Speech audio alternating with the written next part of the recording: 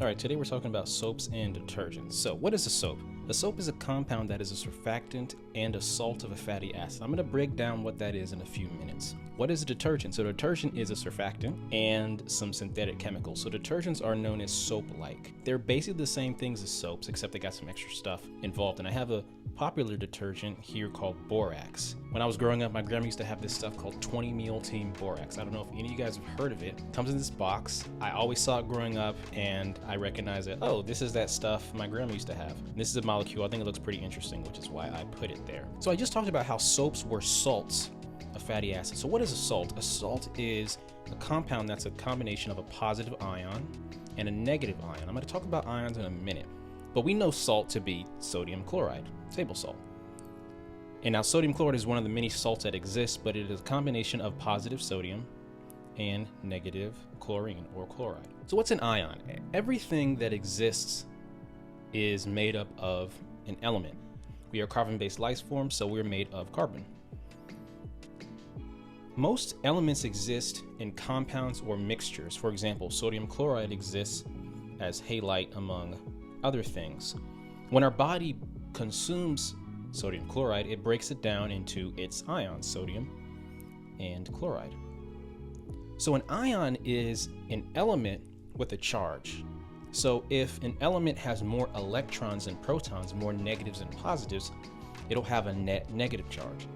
If it has less negatives and more positives, it'll have a net positive charge. That's an ion in the basic definition. It's also important to note that negative and positive attracts. Opposites attract, just like if you have a magnet. The two ends that attract are the opposite poles of the magnet. So we just mentioned what salts were, these negative and positive charges. So let's talk about fatty acid. If you imagine running oil through your fingers, it's slippery, it's fatty. What that is strings of carbon. If you have strings of carbon, this is terrible drawing, organic chemistry, they just look like these little hills and valleys. Strings of carbon give a fatty profile. So here with this structure for a fatty acid, I'm going to say that this string of carbons is the fatty portion. And without getting too deep into the weeds, this is the acid portion. So this is what a fatty acid is. And we said a soap was a salt of a fatty acid. When you make soap, there's this reaction called saponification. I'm not going to get into it. That's beyond the scope of this channel. What happens though is that hydrogen on the oxygen gets removed, so it's now negative. Get a better color. And you throw some other stuff in there, and usually you have a sodium or a potassium that gets involved. Let's say we put a sodium in there, and this positive sodium will stick on to this negative oxygen. So let's go back to what we just talked about. We have a fatty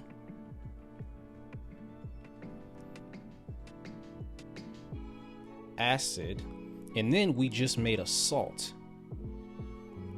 So now we see that a soap is a salt of a fatty acid. So that's what soap looks like. So let's go deeper into how it actually does stuff.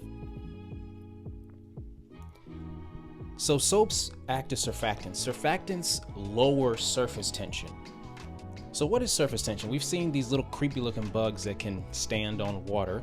Well, how does this happen? Let's talk about how that happens. What is tension? So tension is a force that occurs when a string, rope, or wire is pulled in opposite directions. If you're playing tug of war with a friend, you both pull the rope in different directions, you create a tension on the rope. And if you want to, someone can sit on it, you can balance something on it. That's tension. And so this is what happens when surface tension occurs. How does it happen? So water is what's called polar. To give an example, let's consider the Earth. The Earth has a North Pole and a South Pole. They're opposites. Well, with water molecules, these are opposites because one side is negative and the other side is positive. So because water is polar, right, it has a negative portion and a positive portion, these molecules have a slight attraction to each other. So for example, if you have a cup of water, in reality, these molecules are going to have attraction because those negatives are going to attract to the positives, right? Opposites attract.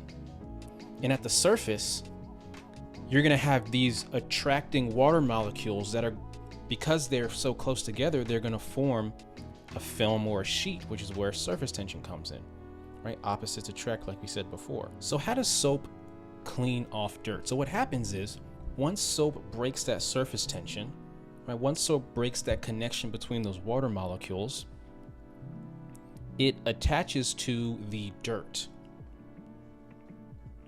These portions of the soap molecule are charged, so they like water. They'll connect well with water.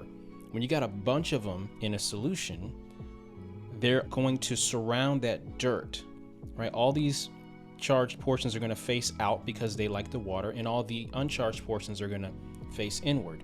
They're going to attach to the dirt, form a container like we see right here.